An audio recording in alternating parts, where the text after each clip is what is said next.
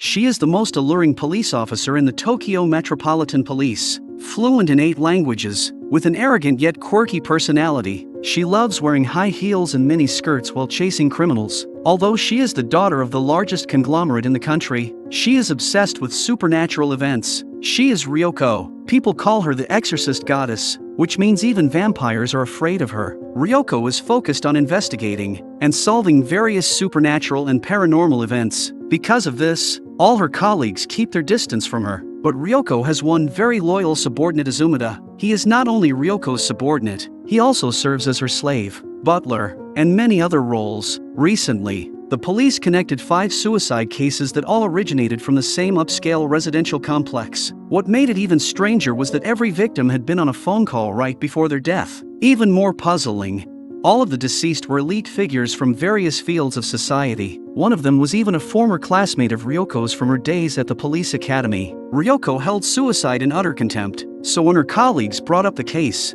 she stated bluntly that she didn't want to get involved. However, Ryoko was famously someone whose words never matched her heart, because an anonymous letter soon arrived, claiming that the true culprit behind the suicides was an insect known as a sonic bug. Thus, Ryoko took Azumata with her and headed to the Tama Music Research Institute. This institute was a leading authority in the field, often assisting the police in cracking bizarre cases by identifying sounds. While there, Ryoko discovered something unsettling. That was the fact that Dr. Hideji from the institute was also one of the victims in the string of suicides. Logically speaking, someone so successful had no reason to take his own life. For a moment, even Ryoko found herself at a loss. At that time, a phone call from a female colleague reminded Ryoko of something. Dr. Mukisu, who also worked at the institute, had been Hideji's college classmate. She suspected that the anonymous letter had most likely been sent to the police by Mukisu. Mukisu specialized in researching insect sounds. He kept many strange insects inside the institute.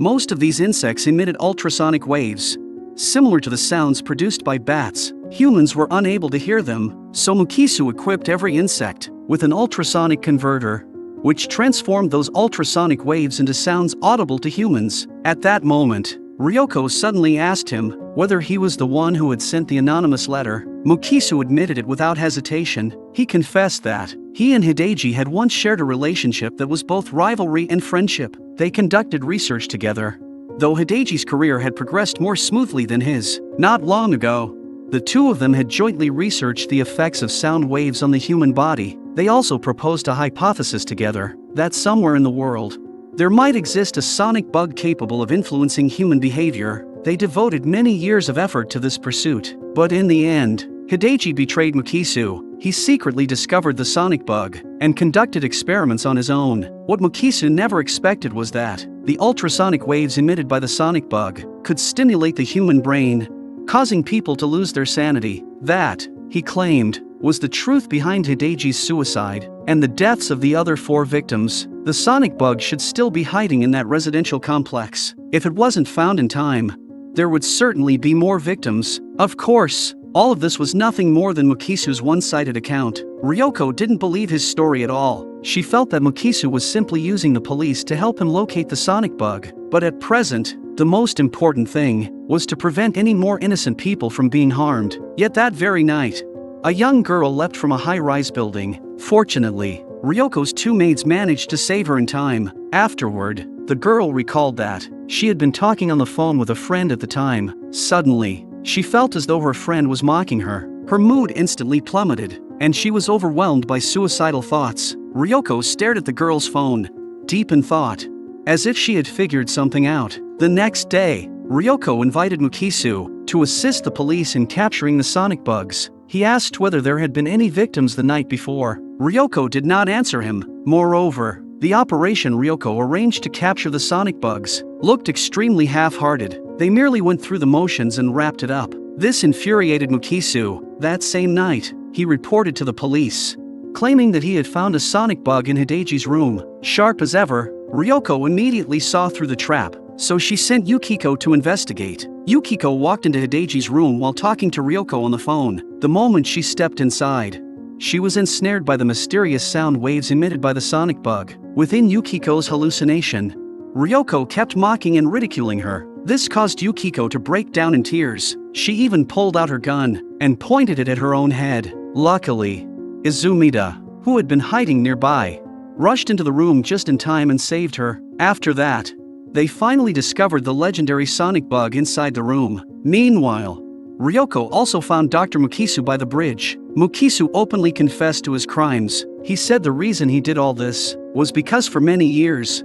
Hideji had repeatedly plagiarized his ideas and research results, stealing honors that should have belonged to him. Jealousy and resentment drove Mukisu to mercilessly murder his former friend, and afterward, in order to cover up his crimes and carry out his so-called experiments, he went on to kill even more innocent people, attempting to frame the already deceased Hideji in the process. Everything Mukisu said had already been recorded by Ryoko, yet Mukisu showed no concern at all, because he never intended to let Ryoko leave alive. He then took out a sonic bug he had been carrying with him. Using the structural advantage of the overpass, he used the steel framework at the top of the bridge as a medium. At that moment, the entire bridge effectively became a massive ultrasonic wave converter. In an instant, all the vehicles lost control, yet Ryoko remained completely calm. She even put on an act for Mukisu, because she firmly believed that nothing in this world could influence her mind. But the moment Ryoko saw Izumida rushing toward her, tears suddenly streamed down her face. She then leapt off the overpass. Izumida was frantic with panic, and shouted Ryoko's name at the top of his lungs. That cry pulled Ryoko back to reality,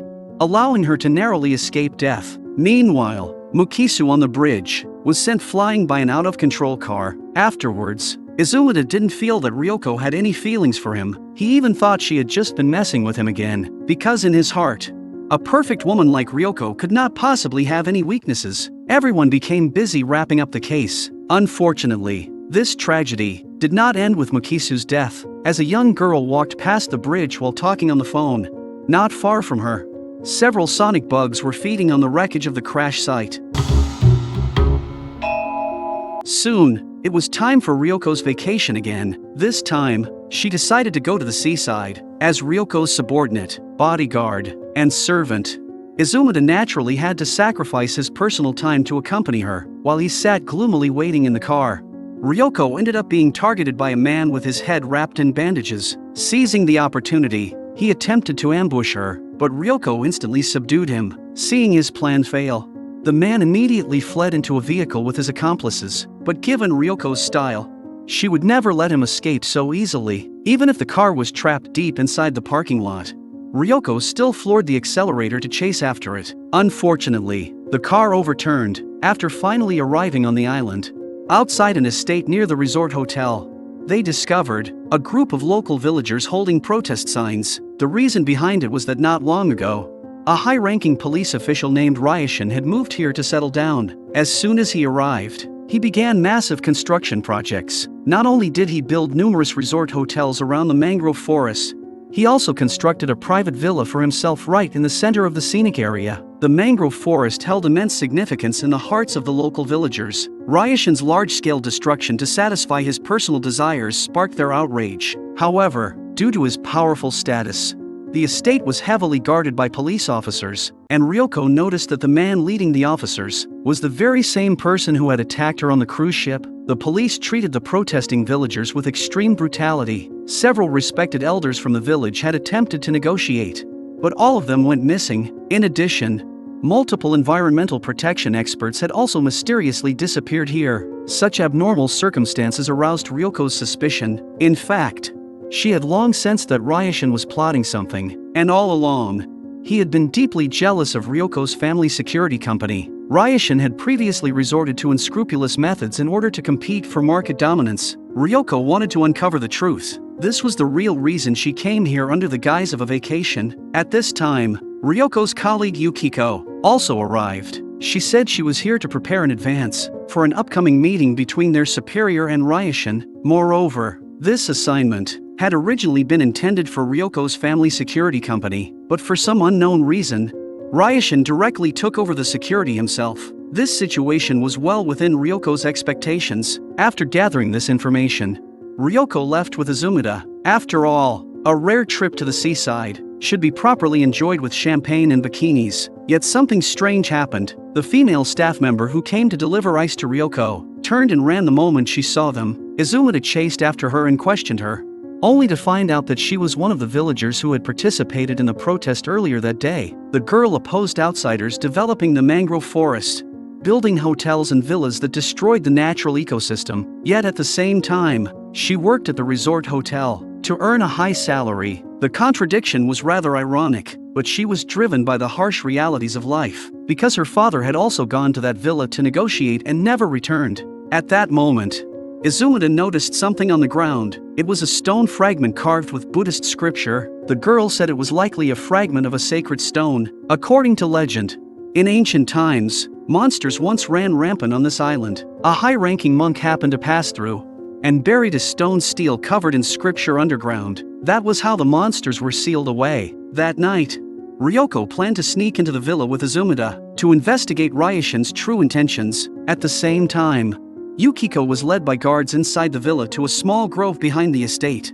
Under the pretense that Ryoshin wanted to discuss important matters, Yukiko sensed that something was wrong. Suddenly, the guard beside her launched an attack and pinned her to the ground. Immediately afterward, mangrove seeds began to fall from the trees like bullets. Only then did Yukiko realize that every guard had a seed embedded in the back of their neck. It was as if the seeds were controlling their actions. Just as Yukiko was about to be struck by the seeds, Ryoko arrived in time. With just a few shots, she blasted all the seeds out of the air. With Izumata's help, Ryoko pulled the seeds out from the guards' necks. She discovered that these things could take root inside the human body and had already mutated, developing lives of their own. At this point, it was clear that Ryoshin's secrets were far from simple. There was a strong possibility that he had been conducting some kind of inhumane experiments in secret. In the end, Ryoko and Izumata infiltrated the villa. Instead of the expected luxury and splendor of a mansion, the interior looked deeply unsettling. Vines crawled wildly across the walls and ceilings. Mangrove seeds could fall at any moment,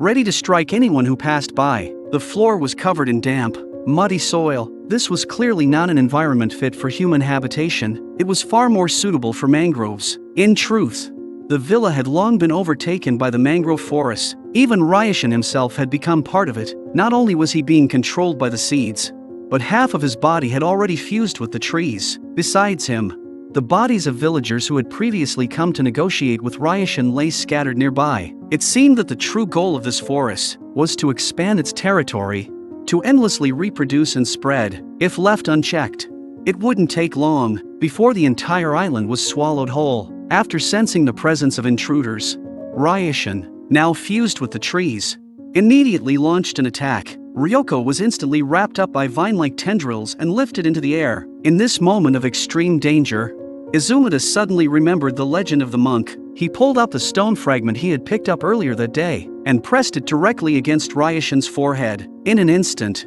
the scripture emitted a dazzling white light, temporarily sealing Ryoshin in place. Ryoko and the others quickly seized the chance to escape, but at that very moment, a massive tree burst through the villa and began to grow outward. Fortunately, Ryoko promptly called in her two agent maids. They blew the tree to pieces, causing the deadly seeds to vanish forever. The turmoil of the mangrove forest finally came to an end, but the lives that had been lost could never be brought back. Although this story is fantastical and bizarre, it also invites reflection. The safest relationship between humanity and nature is one of balance, because whenever either side crosses the line, the other will inevitably suffer great harm. Nature is a vast and complex system, without a single unified will, and so, while making use of the natural environment, we should do our utmost to protect and cherish it. Otherwise, in the end, it is humanity itself that will suffer the consequences.